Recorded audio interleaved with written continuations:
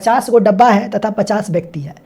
पहला व्यक्ति हर एक डिब्बा में एक एक पत्थर रखता है, दूसरा व्यक्ति हर दूसरे डब्बे में 2 पत्थर रखता है, तीसरा व्यक्ति हर तीसरे डब्बे में 3 पत्थर रखता है, चौथा व्यक्ति हर चौथे डब्बे में 4 पत्थर रखेगा, पांचवा व्यक्ति हर पांचवें डब्बे में 5 पत्थर रखेगा। इसी प्रकार से 10वां व्यक्ति हर 10वें डब्बे में 10वां पत्थर रखेगा, 20वां व्यक्ति हर 20वें डब्बा में 20 पत्थर रखेगा, 25वां व्यक्ति हर 25वें डिब्बे में 25 पत्थर रखेगा और 50वां व्यक्ति हर 50वें डब्बे में 50 पत्थर रखेगा। तो इस प्रकार से 50वें डब्बे में पत्थरों की कुल संख्या क्या होगी आपसे पूछा जा रहा है। देखिए, मैंने सवाल को समझाने का प्रयास किया है, जितना भाषा मैंने अभी आपको बताया है उतना भाषा सवाल में नहीं दिया गया, लेकिन सवाल का रूप यही है। कहा 50 व्यक्ति है और 50 डब्बे हैं। पहला व्यक्ति हर एक डब्बा में एक एक पत्थर रखता है, दूसरा व्यक्ति हर दूसरे डब्बा में 2 पत्थर रखेगा, तीसरा व्यक्ति हर तीसरे डब्बा में 3 पत्थर रखेगा और इसी प्रकार से ये क्रम लगातार चलते रहता है। एवं 50वां व्यक्ति हर 50वें डब्बे में 50 पत्थर रखता है। तो 50वें डब्बे में पत्थरों की संख्या कितनी होगी आपसे पूछा जा रहा है। देखिए, इस सवाल के बहाने ना आपसे कुछ चीज़ें पूछी जा रही है। आपसे ये पूछा जा रहा है कि क्या फैक्टर के बारे में आपको पता है क्या। अब फैक्टर डायरेक्ट आपसे मैं पूछूंगा कि बताइए 50 के गुणनखंडों की संख्या क्या होगी, यानी कि 50 के कुल कितने फैक्टर्स हैं। ये अगर मैं आपसे पूछूंगा तो आप आसानी से बता दोगे, लेकिन यही सवाल जो है वह भाषा के जरिए आपसे पूछा जा रहा है। सवाल वही पूछा जा रहा है जो मैंने अभी आपको बताया कि 50 के फैक्टर्स कितने होंगे, ठीक है, ये आपसे पूछा जा रहा है, उन सब का सम आपसे पूछा जा रहा है, राइट। लेकिन आपसे इसके बहाने वो कुछ और चीज़ें पूछी जा रही है। आपसे पूछा मतलब कि 50 के फैक्टर ही पूछा जा रहा है कि 50 के फैक्टर के सम कितने होंगे, राइट।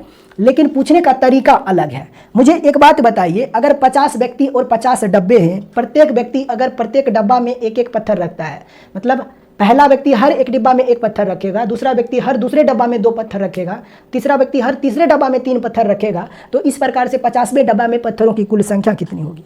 मुझे सिर्फ इतना बता दीजिए कि 50वें डब्बे तक कौन कौन व्यक्ति पहुंच सकता है। 50वें डब्बे तक कौन कौन व्यक्ति पहुंच सकता है। तो आप कहोगे कि 50वें डब्बे तक पहला व्यक्ति पहुंचेगा, क्योंकि पहले व्यक्ति को हर एक डब्बा में एक एक पत्थर डालना है, तो इसको 50वें डब्बे में भी एक पत्थर डालना होगा। सिमिलरली दूसरा जो व्यक्ति होगा वह भी 50वें डब्बे तक पहुंच जाएगा, क्योंकि प्रत्येक दूसरे डब्बे में इसको 2 पत्थर डालना है और 50 जो है वह एक इवन नंबर है और 2 भी एक इवन नंबर है। मतलब ये जो दूसरा व्यक्ति होगा वह भी 50वें डब्बे तक पहुंच जाएगा, यानी कि दूसरा व्यक्ति जो होगा वह प्रत्येक दूसरे डब्बा में 2 पत्थर डालेगा। उसी प्रकार से बताइए, क्या तीसरा व्यक्ति जो होगा वह 50वें डब्बे तक पहुंच पाएगा। आप कहोगे नहीं पहुंच पाएगा, क्योंकि अगर तीसरा व्यक्ति प्रत्येक तीसरे डब्बे में 3 पत्थर डालता है, तो तीसरा व्यक्ति जो होगा वह आखिरी बार किस डब्बे में पत्थर डाला होगा, तो 48वें डब्बे में डाला होगा, क्योंकि 48 जो है वह 3 से विभाजित होता है। तो तीसरा व्यक्ति जो होगा वह प्रत्येक तीसरे डब्बे में अगर 3 पत्थर डालता है, तो ये तीसरे डब्बे में डाला होगा, फिर छठे डब्बे में डालेगा, फिर 9वें डब्बे में डालेगा, फिर वो 12वें डब्बे में डालेगा। तो इस प्रकार से 50वें डब्बे तक वह 48वें डब्बे में 3 पत्थर डालेगा। 48 के बाद वह 51वां जो डिब्बा होगा उसमें भी 3 पत्थर डालेगा, लेकिन डब्बों की कुल संख्या 50 है। मतलब ये कि तीसरा जो व्यक्ति होगा वह 50वें डब्बे तक नहीं जा पाएगा। क्यों नहीं जा पा रहा है, क्योंकि 3 जो है वह 50 का मल्टीपल नहीं है। 3 जो है वह 50 को डिवाइड नहीं कर रहा है, मतलब 50 का जो फैक्टर है वह 3 नहीं है, इसलिए 3 जो होगा वह 50वें डब्बे तक नहीं जा पाएगा। सिमिलरली 4 के साथ भी यही चीज़ है कि चौथा व्यक्ति जो होगा वह प्रत्येक चौथे डब्बे में 4 पत्थर डालेगा।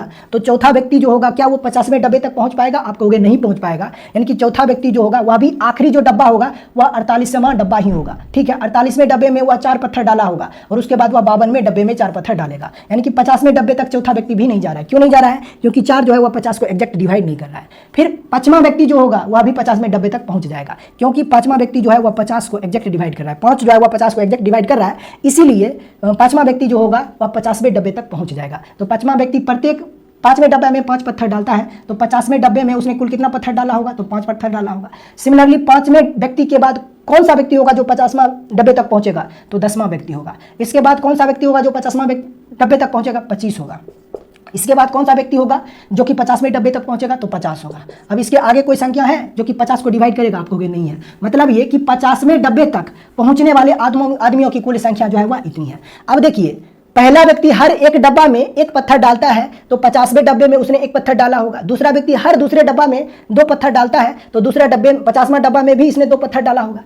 5वां व्यक्ति हर 5वें डब्बे में 5 पत्थर डालता है, तो ये 50वां डब्बा में भी 5 पत्थर डाला होगा। 10वां व्यक्ति हर 10वें डब्बे में 10 पत्थर डालता है, तो यह 50वें डब्बे में 10 पत्थर डाला होगा, 25वां व्यक्ति जो है वह हर 25वें डब्बे में 25 पत्थर डालता है, तो यह भी 50वें डब्बे में 25 पत्थर डाला होगा। और 50वां जो व्यक्ति है वह प्रत्येक 50वें डब्बे में 50 पत्थर डालता है, तो ये 50वां डब्बा में कुल कितना पत्थर डाला होगा? 50वां व्यक्ति 50 पत्थर डाला होगा। तो 50वें डब्बे में पत्थरों की कुल संख्या जो होगी वह कुल मिलाकर इतनी हो जाएगी।